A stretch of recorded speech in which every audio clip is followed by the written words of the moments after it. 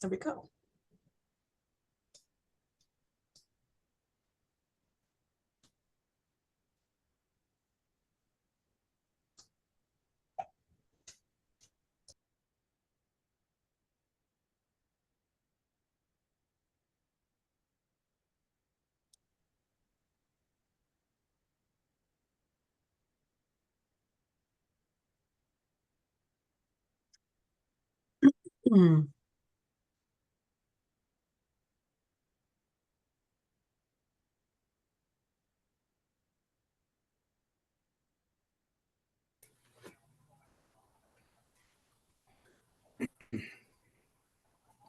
Hi, everybody. This is a weirdly awkwardly silent room. So I would just say hello.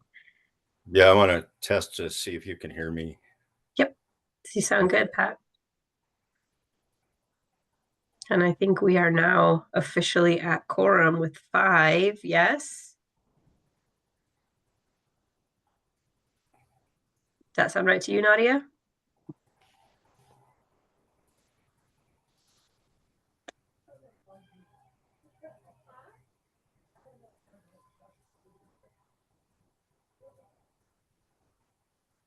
Stepped away. Oh, okay. Well, I think we're at quorum. So hi, everyone. Welcome back. And thank you for reviewing applications and submitting your scores. Chris, I'm just handing it over to you. Yeah, you're running the show today. Yeah, Stacy, did you want to do any opening and introductions? Sure. I'll welcome everybody here. Thanks for making the effort in reading the proposals, and the subcommittee is now open, and let's go. All right. Can we do a quick round of introductions just to make sure everyone knows each other? I can start. I'm Chris Smock. I'm a consultant and I work with Washington County, coordinating the COC application and supporting other projects as well throughout the year. And I'll pass it to Catherine. Hi, everyone. I'm Catherine Gallion, Program Manager here in the Department of Housing Services. And I'll pass it over to you, Meredith. Hi, I'm Meredith Cook, she, her pronouns. I am an administrative assistant and I'm working with homeless services. And I'm not sure if Nadia is back yet, so I will pass it to Jim. And good afternoon, I'm Jim Bain. I'm a community member and I'm a member of the Homeless Solutions Advisory Council in Washington County. I'll go ahead and go. I'm Stacy Triplett. I'm at the Homeless Solutions Advisory Council as well, and I work for AARP Oregon in the rest of my time. So I'll pass it to Chad. Hi, everybody. My name is Chad Stover, and I am just 2.5 weeks into my new position here with the city of Beaverton. And I'm still running to get caught up on everything, including this group in this meeting. So I just want to say hello and thank you. I know I'm far behind on where you're working and the conversations you had. So this is all brand new to me. And unfortunately, even today, I will not be able to stay for very long because I got double booked today. So I might be in for about 10 to 15 minutes, and then I'm going to have to leave today. But I have this meeting on my radar and understand how incredibly important this is. So I'm looking forward in attending in the future as we go forward and I start to get my bearings a little bit here in my new role at the city of Beaverton. Welcome, Chad. Welcome, Chad. Thank you. You want to go on, Carly?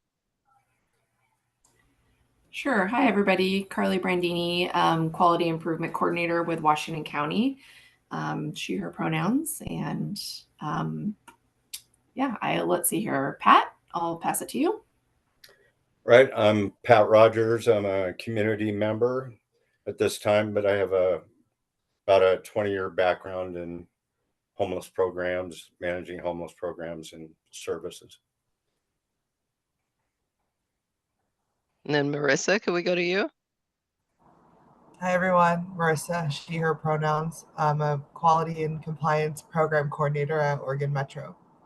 And I think that was it. Nadia, are you back yet?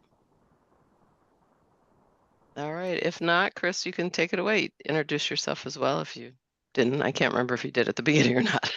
But I will again, Chris Smock, I'm a consultant and coordinating this process on behalf of Washington County.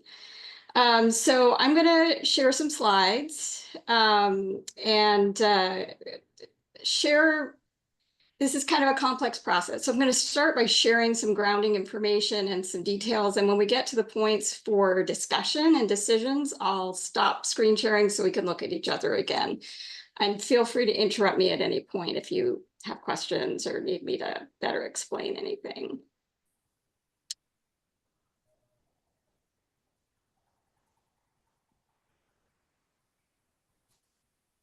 Okay, so this is today's agenda, and this was also emailed out to you. We have a lot to get through in an hour and a half.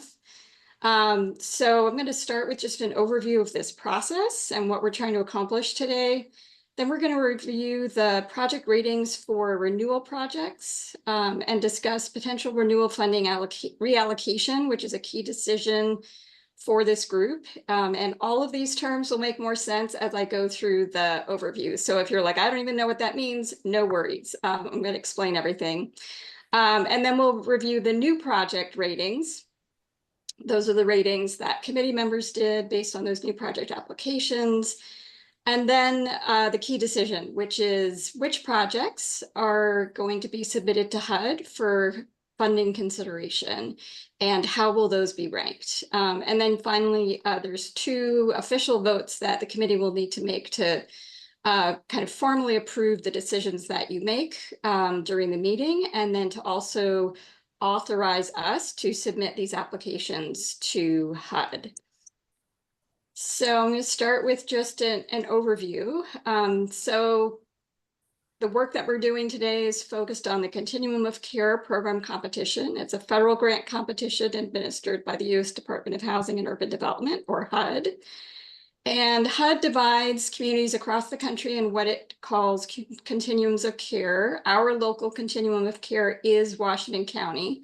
And every continuum of care is assigned what HUD calls a collaborative applicant, who coordinates the funding application process. And Washington County Department of Housing Services is the collaborative applicant for Washington County's local continuum of care. This year, Washington County is eligible to apply for about $5.5 million in funding through this competition. So all of the current grants are eligible to apply for renewal funding. That's 9 projects. And then we're eligible for up to $598,000 in what's called COC bonus funding. So that's to fund potential new projects. We put out an RFP for that, and we got 3 applications. We're also eligible to apply for DV bonus funding and put out information about that in the RFP, but ultimately didn't get any applications for that. All of the decisions that you're going to make today about which projects to submit to HUD for funding are guided by an application and an award policy that was approved by the Solutions Council. So at various points throughout today's meeting, I will summarize key guidelines from that policy to help inform your decision about specific pieces of this process. So the annual competition process has a number of different steps, and the one that we're going to focus on today is the one bolded here, number 6. So we started in the spring with the Solutions Council identifying and approving local funding priorities and updating the rating criteria that are used to evaluate all of the project applications. Then we put out a request for proposals for the local funding competition, inviting applications that aligned with those local funding priorities as well as HUD's priorities. And we included the rating criteria in the RFP so that organizations would know what their applications would be rated based on. Then we do the rating of renewal projects. That's done by staff because renewal projects are rated based on objective and performance measures. It's all numerical, and so we just we pull those data and we analyze them, and then we do the ratings, and we review those ratings with the projects. And then this committee rated the new project applications based on the rating criteria that were developed earlier in the spring. So today what we're going to do is look at the results of those rating processes and then rank and select which of the project applications are going to be submitted to HUD for funding. And then the final step will be us assembling all of this to submit to HUD in the upcoming weeks. So the reason why we're required to rate and rank all of these projects is because HUD allocates COC funding in tiers. So tier 1, the specific amount that's in tier 1 changes every year. This year it represents 90% of the amount that's needed to fully fund all of the renewal projects. That's less than has been in tier 1 over the last few years. So projects that fall into tier 1 are very likely to be funded. Their funding is pretty secure. Tier 2 represents all the remaining funding that we're eligible to apply for, and whether projects in tier 2 are funded depends on our consolidated application score. So we have a whole other set of application materials that we have to put together and things that we have to do throughout the year that all get folded into a score for our community as a whole. That score really determines whether we're going to get projects funded in tier 2. And then the likelihood that a given project in tier 2 is funded is based on where it's ranked in tier 2. So HUD starts by funding the projects that are ranked highest in tier 2, and based on our overall score, may fund a few of them or all of them. And just to give you some perspective, last year, we didn't have any of the new projects in tier 2 funded, but our renewal projects in tier 2 were funded. The previous year, we had all of our tier 2 projects funded. My sense this year is that we're not going to be like super competitive with other COCs across the country because of some of the rating factors in the consolidated application that we have very little control over, that are really more based on the economy and the local housing market. So I think we should anticipate that we are very unlikely to get all of the funding that we're eligible for in this year's competition, but hopefully a big chunk of it. So we're going to start by focusing on the renewal projects. So these are the current COC funded projects. And this is the renewal project rating tool that was used to rate each of those projects. And the handout that you got, the PDF that was attached to the meeting reminder with the agenda, had a more detailed version of this, explaining what the data sources are for each of these measures, just to give you some background.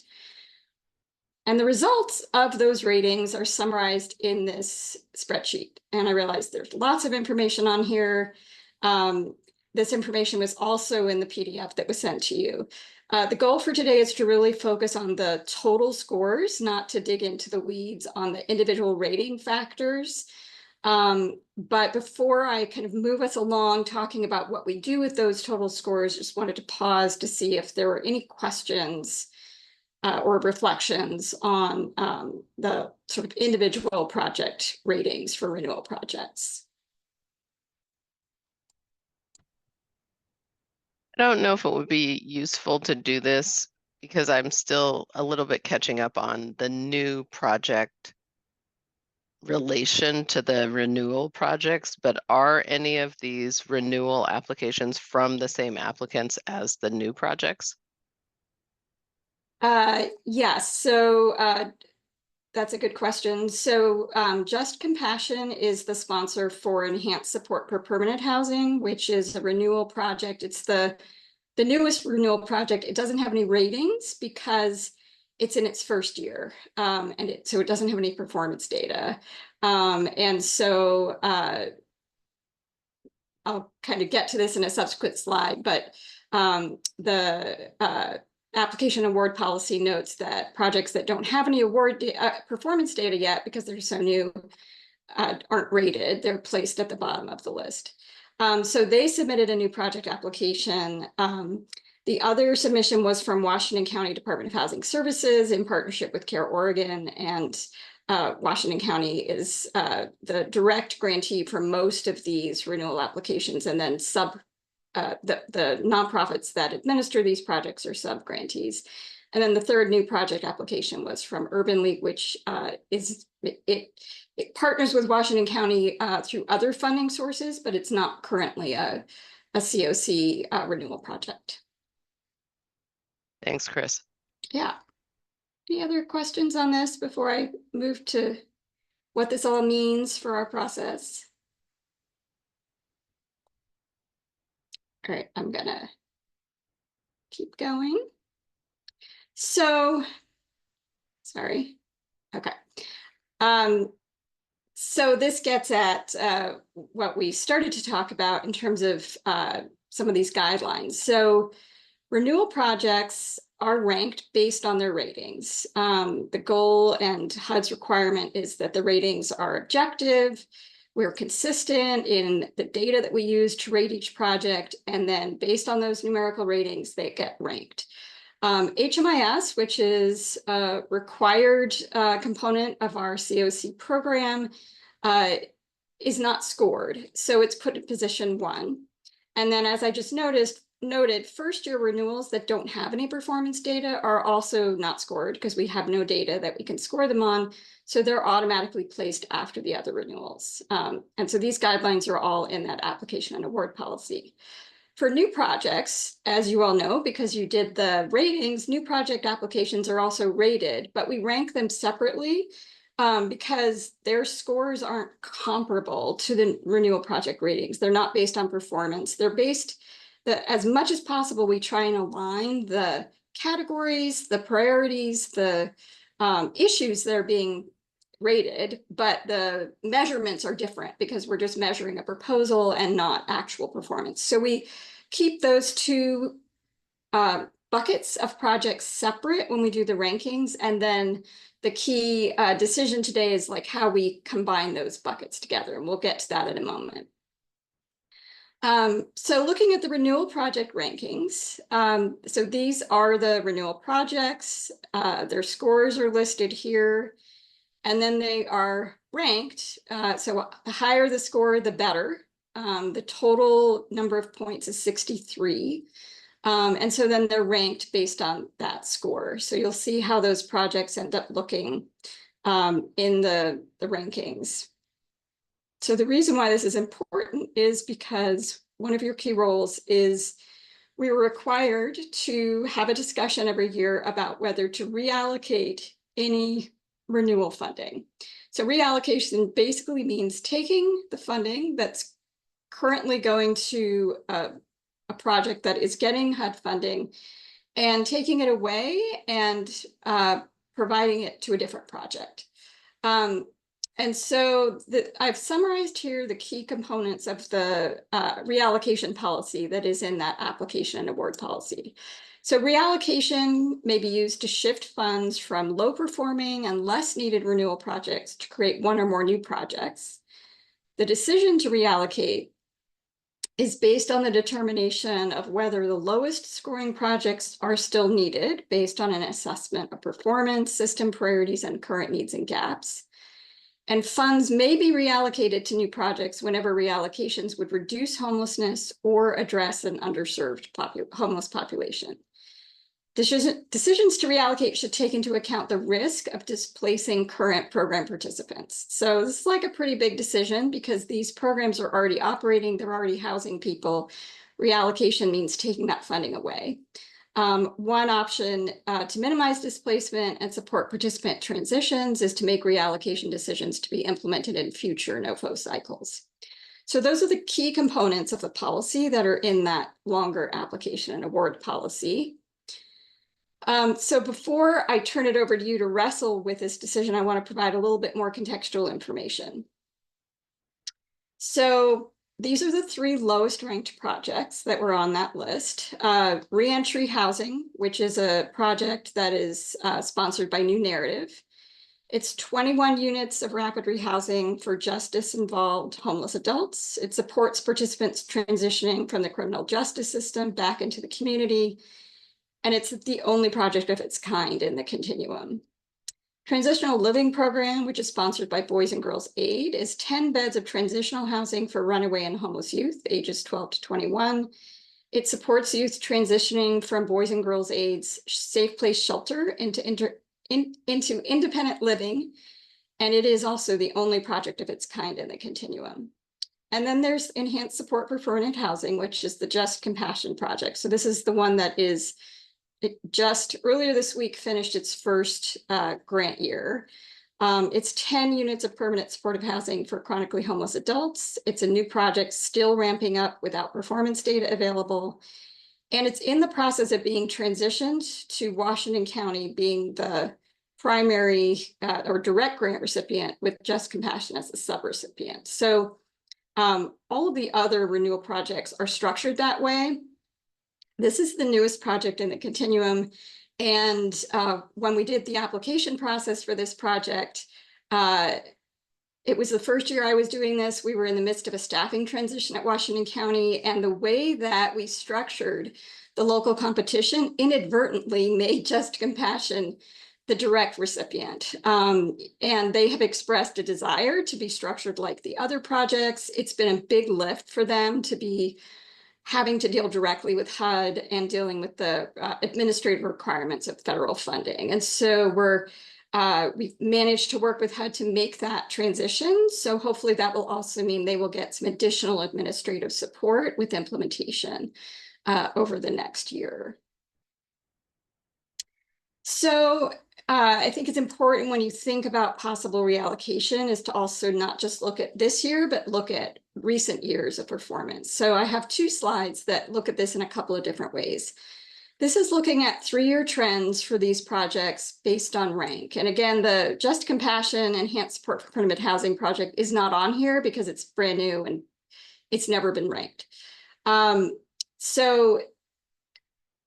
This is the last 3 years. It lists the rank for each of the projects and then the average of those 3 years. And I've listed these in order of that average rank. So you'll see that Transitional Living Program is right in the middle and that actually it was ranked second last year. Reentry housing ends up at the bottom. It's ranked, 6th, 7th, and 8th in the last few years. The other way to look at this is percentage of scores. So if we look at what their score was each year as a percentage of the total points available that year. And so again, and then average that. So I've put these in order of that average score over the last 3 years. So that puts Transitional Living Program right towards the top. And it puts reentry housing at the bottom. But I think the other thing that's really important to note from this slide is looking at the range.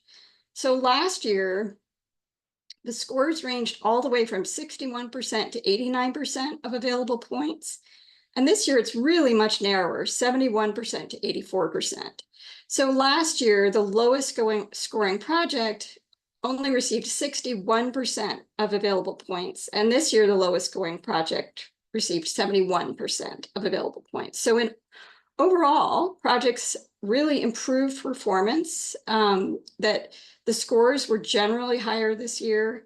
And it means that projects that are showing up at the bottom of the list, like Transitional Living Program in previous years would have been closer to the kind of top 2/3 of the list. So I think, something important for context. So Chad is having to leave. Thank you, Chad, for joining us for the time that you could.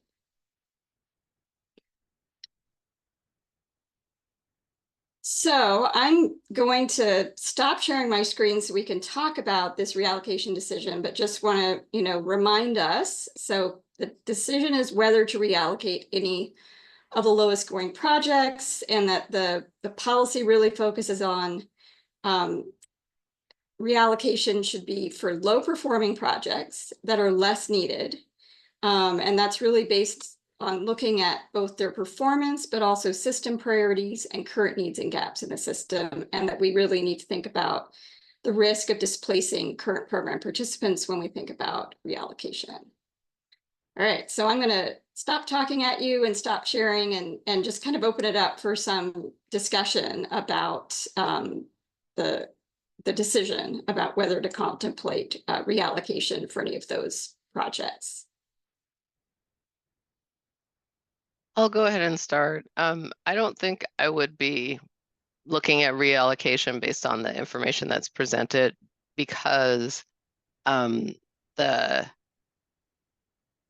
destabilizing nature of reallocation can be kind of balanced by the fact that the lowest scoring project, I'll just use the one, is serving a very important to serve population, the reentry population, and that, yeah, I was going to ask if the criteria have changed over the 3 years. I'm assuming they haven't, and so the recipients or the contractors are getting better at hitting the targets of the program from year to year based on what you were observing about the range. Yeah, that's a good question. So the criteria have been consistent from last year to this year. So that really significant change really does reflect better scores. We've made a few tweaks between last year and this year, but it was more around like wording or clarifying, exactly what data we were going to use, but it didn't change the criteria. There were some changes from the previous year, which is why I presented these as percentages rather than as totals. But yes, I think we can say with assurance that the difference between last year and this year really does reflect improved performance.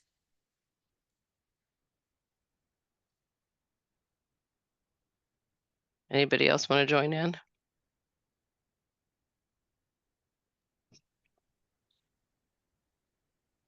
I'll join, and I would I would echo what Stacy said. Excuse me. Even if the two lowest ranking projects, as you put, these are unique projects that serve populations that nobody else services, youth and then reentry from the criminal justice system. Incredibly important. And unless there was some dramatic need to, to change this, they seem that they've all improved. I can't see any reason why they wouldn't be refunded. Anyone else? I'll just state that I agree with the previous two speakers about reallocation. It doesn't feel like it makes sense in any way to remove something, displace people, and then have to rehouse them because of the displacement that occurs from reallocation.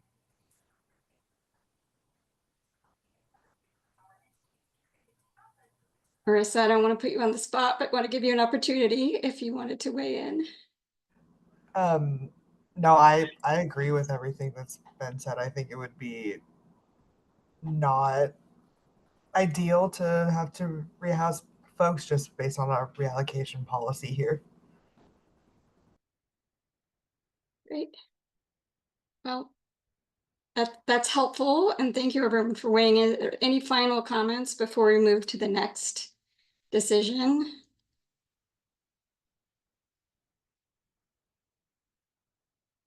All right, if not, I'll put my slides back on for a few more slides and review the new project ratings, and then talk about kind of the big decision about what to do with those. So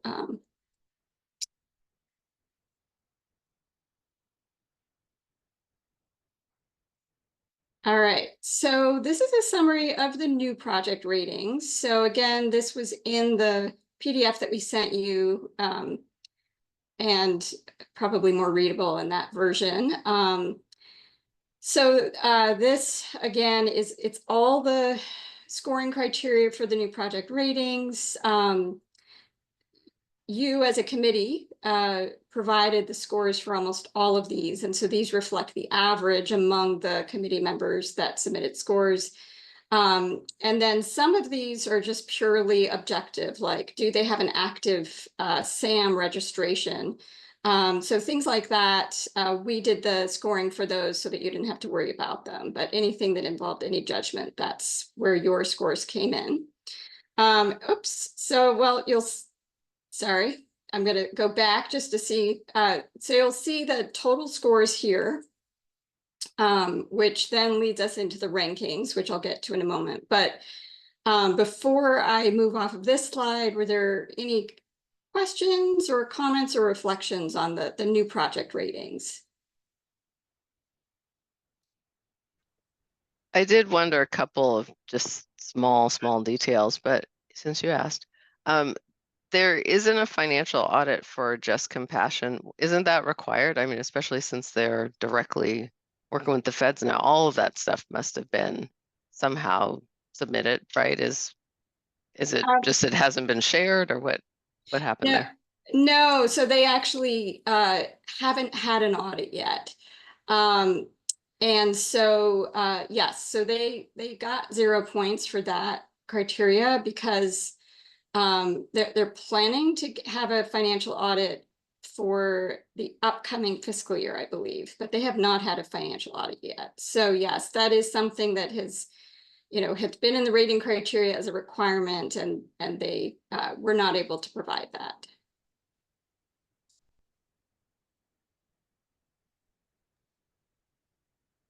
Jim.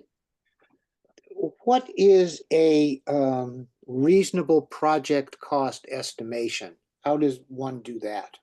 Yeah, that it actually ended up being more challenging this year than usual. So it's looking at their proposed budget, the budget line items, and the number of people they're planning to serve. And so for the rent assistance budget, HUD has very clear guidelines about fair market rents, and they won't pay for rents that are above that. And so for the rent assistance budget, it just meant taking their proposed rent assistance budget, plugging it into HUD's fair market rent worksheet, and making sure that their proposed budget aligns with HUD's guidelines. For their services budget, for those that had services in their budget, what we did is looked at total cost per person for services and operations, and then compared that to the guidelines that the Department of Housing Services has developed across all of its programs for that type of housing. So, for example, the Urban League's proposal was for permanent supportive housing. They were proposing to add additional services and operations funding to a project that is already receiving rent assistance and service funding from local dollars. So what we did is looked at, if you combine that, the service dollars they're already getting, plus the additional service dollars that they were applying for, and calculate that as a per person per year rate, how that compares to the overall guidelines that Washington County has created for funding permanent supportive housing. The overall guidelines for scattered site housing are $15,000 per person per year for services and operations. And Urban League's proposal ended up coming out to something like $21,000 per person per year for services and operations. So that's why they got 0 in that category. The other two, their proposed costs in rent assistance and services and operations were in alignment with those broader guidelines that have been created for their project type. Any other questions? All right, well, I will move to the next slide, which shows how they were ranked as a result of the scores. Intensive Services Housing Program, which is the partnership with Care Oregon, is ranked first. Just Compassion's Rapid Rehousing second. And Urban League's Permanent Supportive Housing ended up in third, I think largely because they weren't adding any new PSH units. They were, they were adding funding to an existing program. So it ended up both in the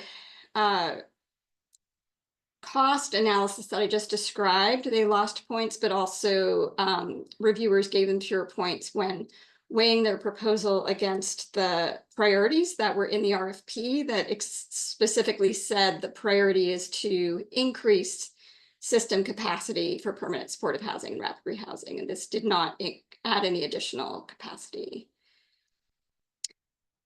So the next kind of decision that you need to make is how we fit all these projects together within the available funding. So the application and award policy says that new project applications are typically placed after the renewal applications in rank order. However, the subcommittee has the option of placing one or more new project applications higher in the rankings for strategic reasons, as long as the rank order of the new project applications is maintained. The implication of that will become clearer when I illustrate what it would look like to do that in terms of the risk to current funding. A couple of other things to just keep in mind as we look at how we're going to fit everything together. So intensive services housing program was ranked first. Their proposed budget is less than the available amount that we had for new projects. And so seeing the results of the committee's ratings, we reached out to Just Compassion since they were ranked second and said, okay, we can't put forward your proposal in the full amount that you applied for, but if you would be willing to reduce the scale of the project and get it in under the budget of like the remaining funding that is available to apply for, then it could be considered to be included in the package of proposed projects that would go to HUD. So they were very interested in doing that. They reran the numbers and said they could do, their original proposal was for serving 15 people, that they could get their budget within that available amount by serving 10 people. And so this option A slide shows you what all of this would look like if you were to follow the kind of the path that is typically taken in terms of how things get ranked. And then I have an option B slide that shows what happens if you decide to do things differently. So this can be an overwhelming amount of information. So I'm going to try and explain it, but feel free to jump in and interrupt me at any point. So we have the renewal applications listed and the new applications listed under those, the scores that you've already seen, the ranks within each category based on those scores that we've already seen. And then this is the funding that each project is requesting. So if you'll remember, Tier 1 represents 90% of the funding that would be needed to fully fund our renewal projects. And anything that we submit in Tier 1 is very likely to be funded. So if we just take, this basically shows how much of the renewal projects we can ask HUD to fund within Tier 1. It means that for reentry housing, their budget gets split with some in Tier 1, some in Tier 2. So if HUD decided not to fund any Tier 2 projects, reentry housing would get still this $271,000 for their project, and they would be asked to reduce the scale of it. But we've had, every year we have projects that straddle both tiers, and it's very likely that HUD would fund the remainder of the project in Tier 2. Then the rest of these projects are fully in Tier 2. That means that HUD decides how competitive we are as a community compared to other communities, and that determines how much of our Tier 2 funding they will award. And then they will award projects in order in Tier 2 based on that amount of funding. So it means that we could get everything or nothing or somewhere in between. It's likely to be somewhere in between. Last year, we had all the renewal projects in Tier 2 funded, but none of the new projects. So based on this, it means that the Urban League proposal wouldn't be put forward to HUD because we have no remaining funding, that the Just Compassion proposal would be reduced to this $199,000 amount, and that the intensive services housing program would be put below the renewals, but at its full requested amount. So that's option A. That's typically how this decision gets made for similar reasons as why it doesn't feel right to reallocate renewal projects because we're usually trying to maximize the chances that the existing projects that are already housing people will get renewed funding. But you also have option B and various permutations of this option, but this is just to illustrate.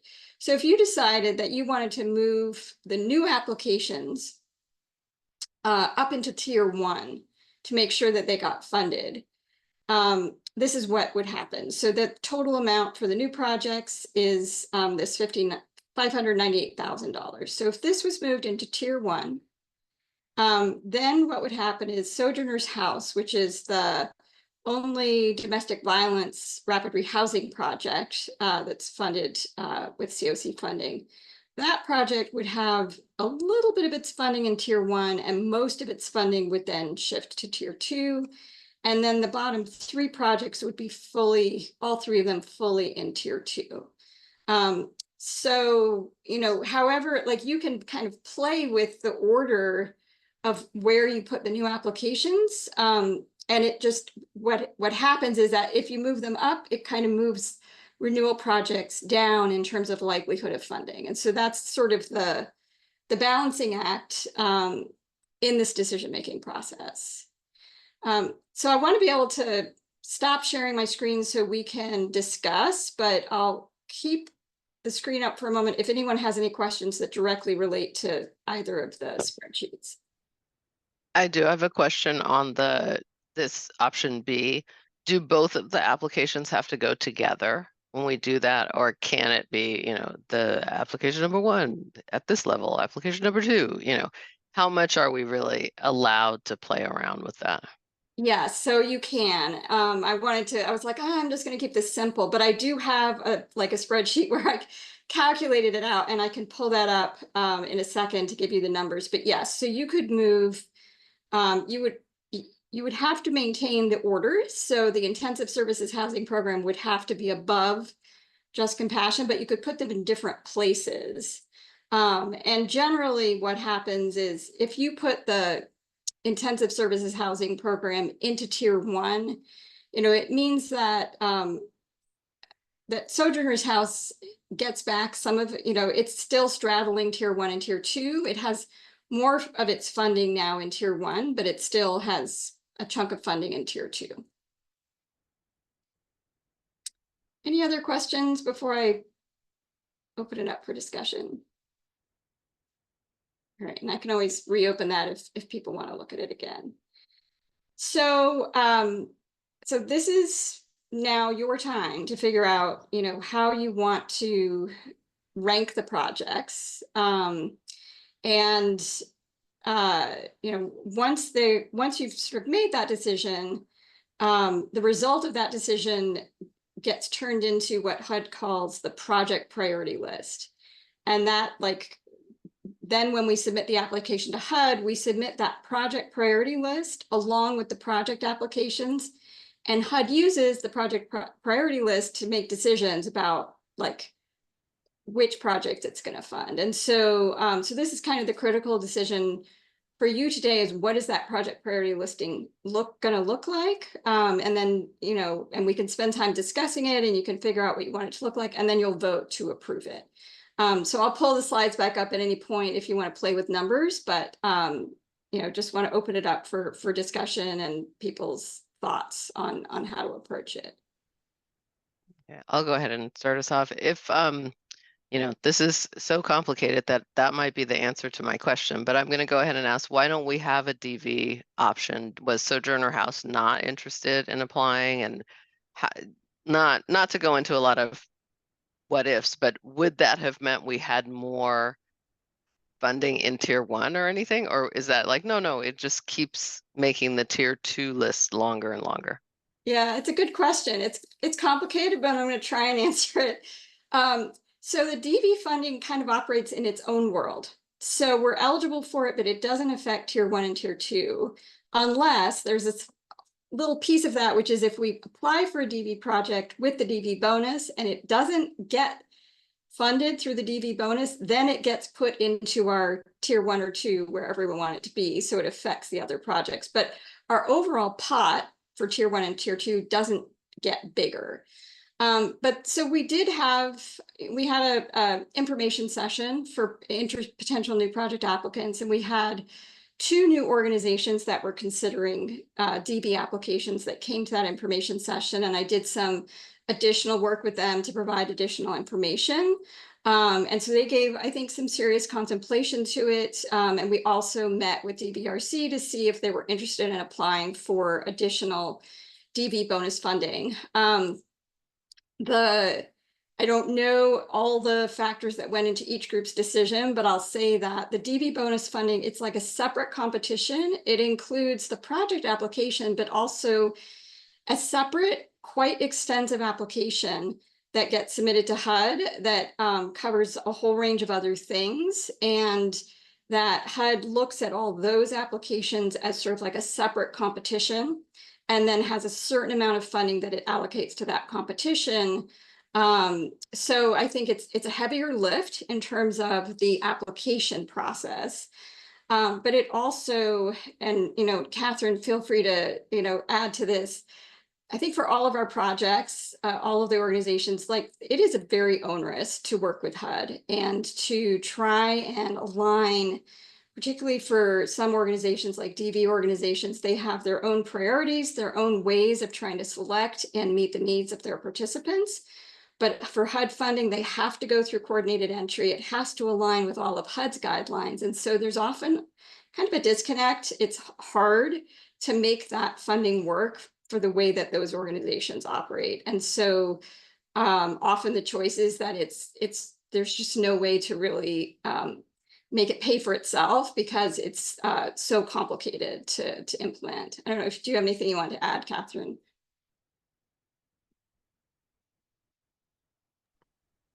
No, I think you've explained it really well. We have had this conversation with DVRC in particular as the only DV provider currently serving Washington County for many years, and each year we kind of come to the same conclusion. It's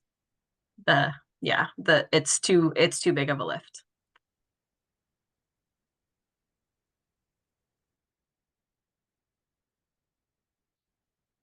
Other questions or suggestions about how we approach the project ranking and tiers?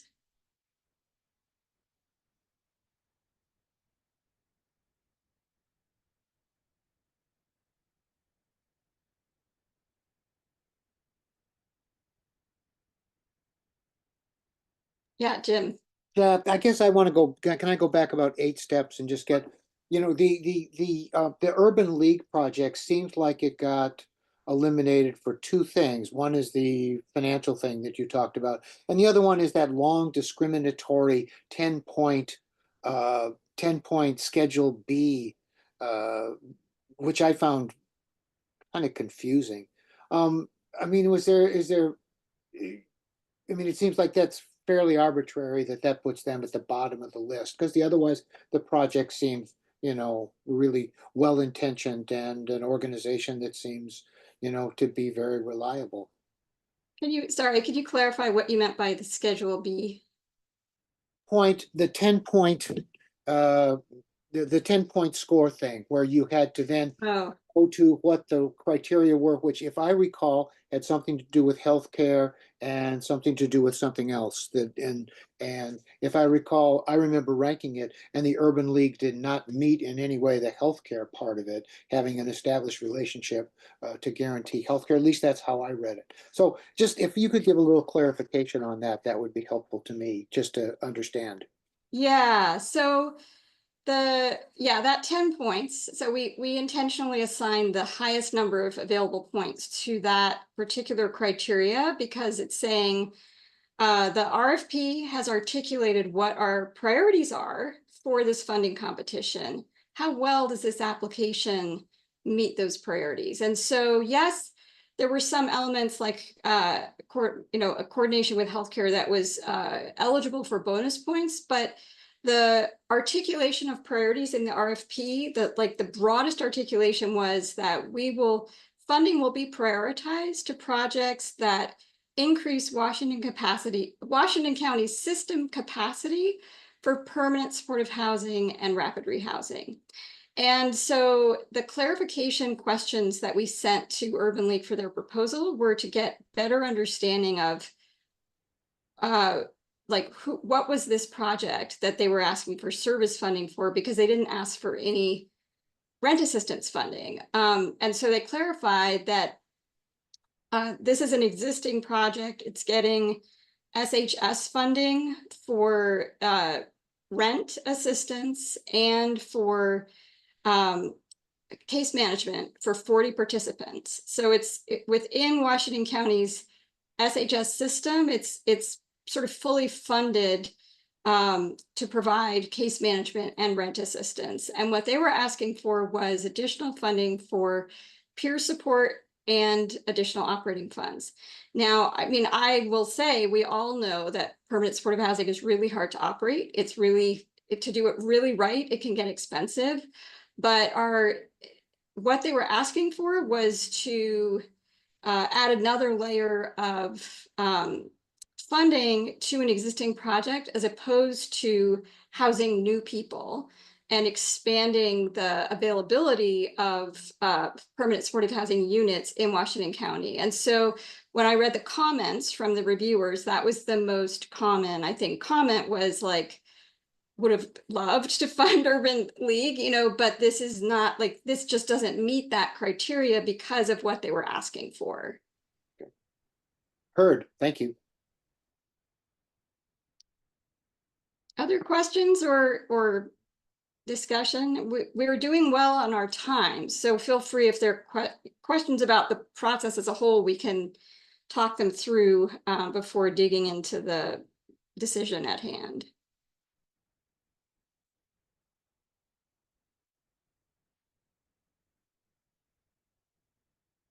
And if not, does anyone have a proposal for how we approach the project ranking and tiers? So I think I'd like to point out that the what was it called? Intensive services, whatever, the Washington County one, is a timely start of a project, I think, because of the whatever it is, 115 waiver and all those things, I think. But I just wanted to kind of throw that out there and make sure I'm actually in the real world and not just what I think is happening. So I have a little bit less heartburn considering moving that project up due to like special circumstances right now. But is that really true? Can you elaborate a little bit? What is the impact of the Care Oregon, you know, kind of tie-in, I'll call it, to this system? I assume that they're not really tied in anyplace else, and this would be the first way to get that going, but I'm making a lot of assumptions. So can we hear a little bit more about that? Yeah, so this project is, so it's actually not based on the waiver. So it's that there are already participants that are in that are getting funding for case management and behavioral health services, with funding from Care Oregon to support those folks. So they're working with ACT teams. And so this project is proposing to allocate rent assistance so that those case managers working with those participants that are getting that intensive services and behavioral health supports funded by Care Oregon actually have sort of special access to rent assistance so they can be more easily housed. So, and feel free to add anything, Catherine, about how this project is structured. Yeah, I think that's pretty much it. This is definitely more similar to our existing Shelter Plus Care project. The waiver focuses right now on homelessness prevention. So the participants, the focus population for this project would be eligible for the Medicaid waiver funds if they were facing eviction at some point down the road. then that could be used to either move them to a new unit or to keep them in the unit they're in, or assist with any of those other kind of funding categories like utilities or the other things. But this particular project doesn't really line up with the waiver priorities at initial onset.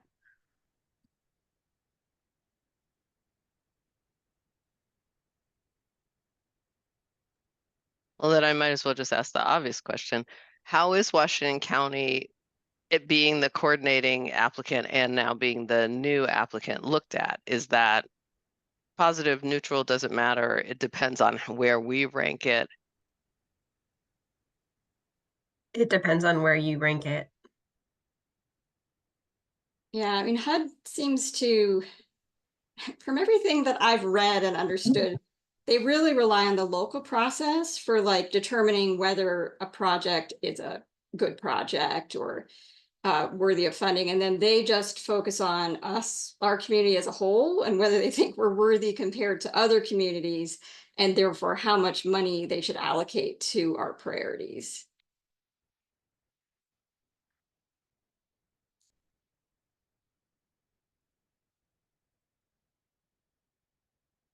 All right, well, so just to like kick off, hopefully some discussion. So what do people think about option A, which is the way things have normally been done? Is that the way you want to go, or do you want to propose something that looks different than that?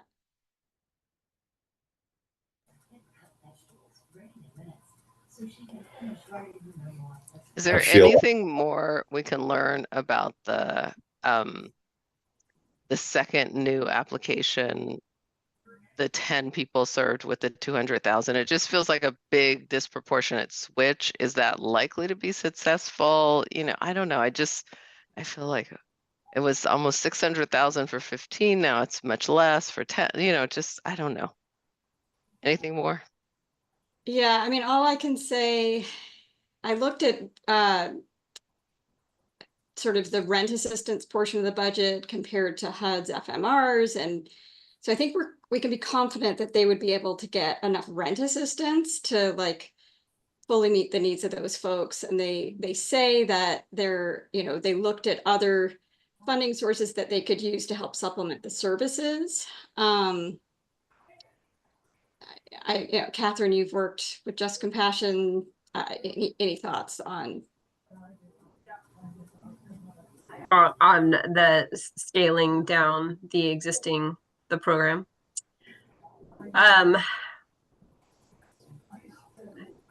No, I mean, it's just like less money, serve less people. It's a choice between the two projects. Which one do we want to prioritize? It. Yeah.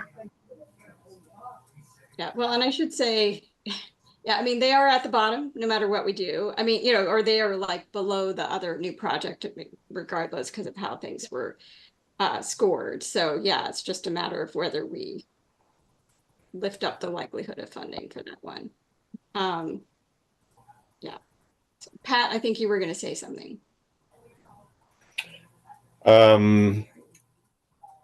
I think I missed the reason why they were being asked to scale down in the first place. Yeah. If you could restate that. Yeah, so we have a total pot of money that we're eligible to apply for. So we can't submit anything to HUD that goes like even $1 over that total pot. And so the new project, the Intensive Services Housing Program, the one in partnership with Care Oregon, that one, because that came in ranked #1 for those new projects, its budget eats up like the Not all of it. Sorry, what did you say?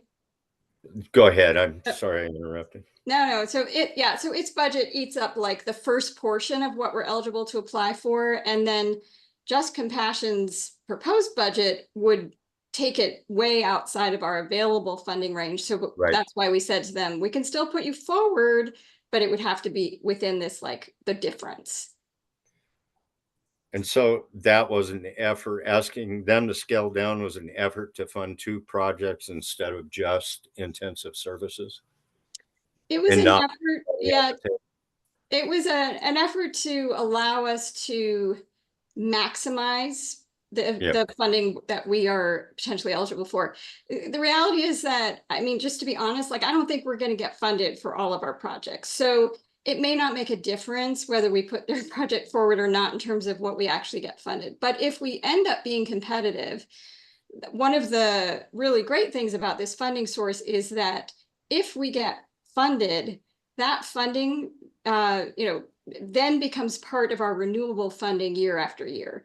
So it's strategic to maximize and put forward applications that give us the chance of getting all the funding that we're eligible for, because if we do, then we actually, like, that becomes our sort of pot of money to work with for future years. And then we get additional new project potential money on top of that as we go forward. So that was the reason for looking at that. Thank you.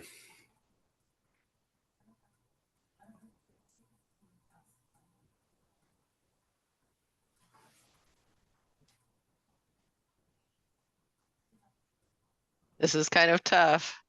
All right, anybody in the subcommittee need to speak up? Well, like you said, Stacy, like you said before, I think, all of the projects are worthwhile and would be really nice to fund all of these. I think the priority that I heard from you, and I would agree with, is not disrupting the current services that we have and leaving them at the top, and then asking for whatever else we can get. So isn't that option A? Yeah, that would be option A. I agree with that. Because of the other option B would mean downgrading some existing projects just to make that happen. And it doesn't make sense to downgrade existing projects just to move up a new proposal into the safe zone, if that's how I'm understanding things. Yep, that is it. Other thoughts on that proposal?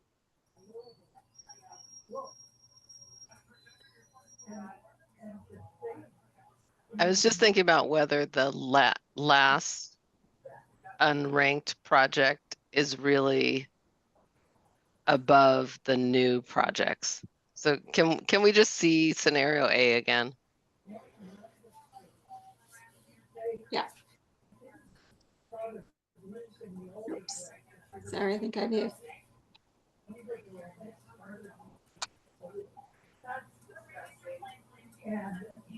All right. This is option B. This is option A.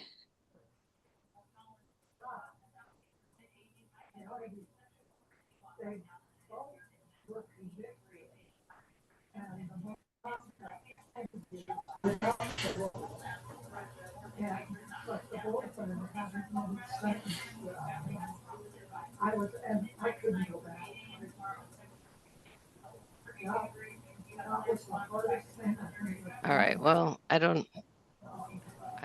think maybe this is the option. I don't know. I guess, so maybe I should make it more formal. I support this option because it does the least kind of,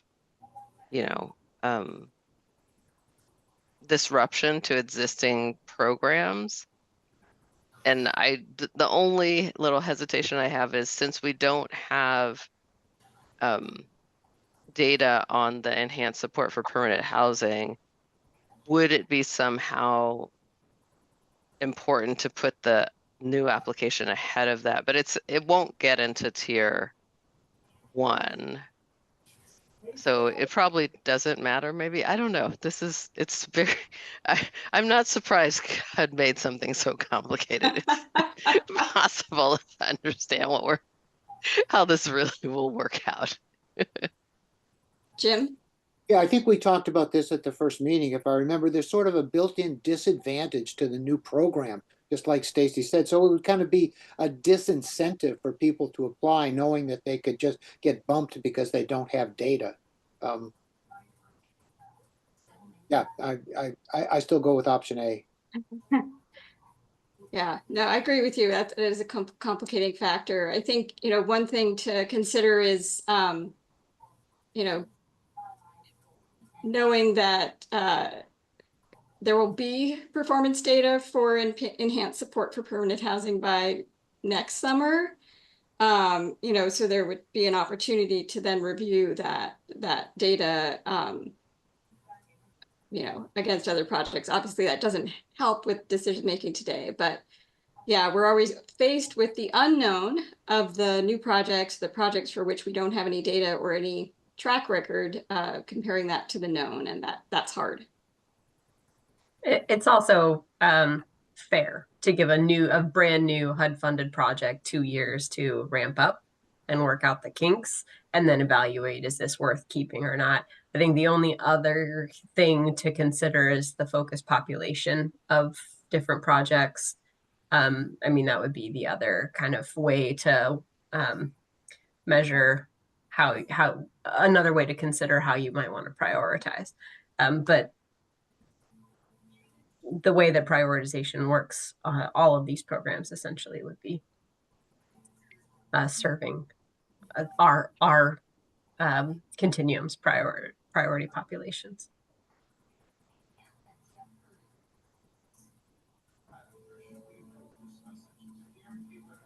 All right, so are we landing on option A?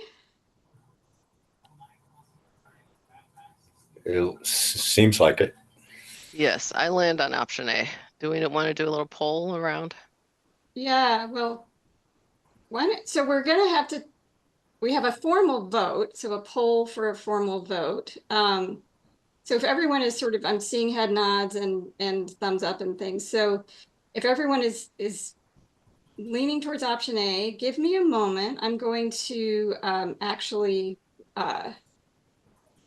move option A into the slide for the project priority listing, which is what you will formally be voting on. So one moment.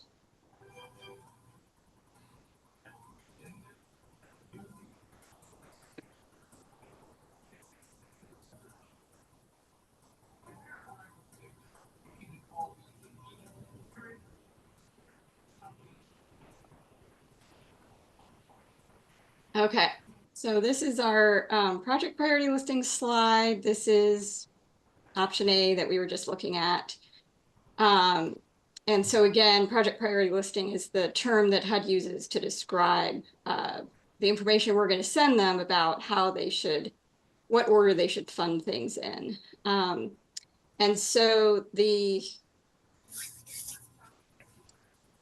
language of the poll will be asking if you vote to approve the project priority listing, the one that I just showed, option A, and authorize the collaborative applicant, which is Washington County, to notify the applicants of the results of this rating, ranking, and selection process.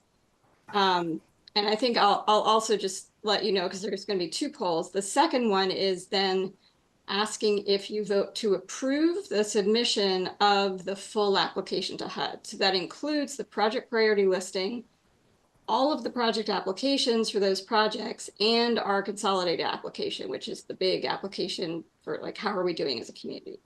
So we're required to ask you to approve the submission of that application following the public comment period, which is going to be in a few weeks.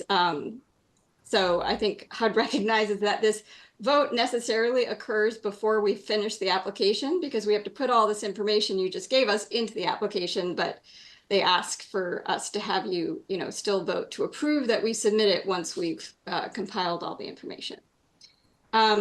So those are the 2 things we'll be voting on. And if there aren't any questions about either of those, I'll turn it over to Meredith to get the polls ready. No last questions? Seeing movement. All right, I'm going to launch the first poll.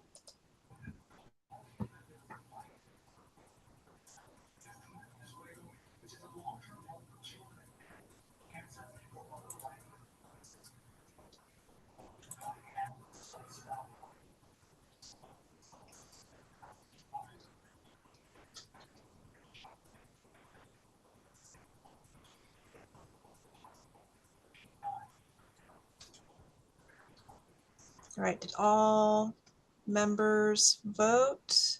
If you're staff, you can put abstained.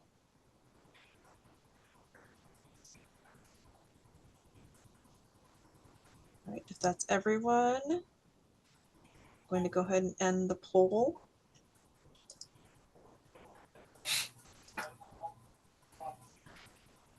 Sharing the results.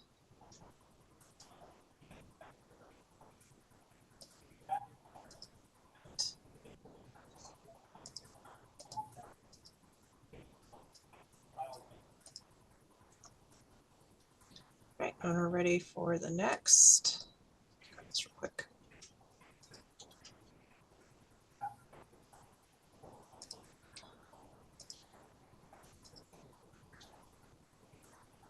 And here is, and you're ready, Chris, for the second vote?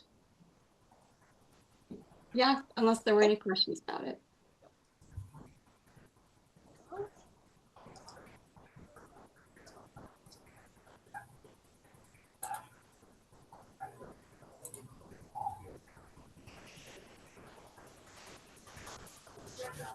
Okay.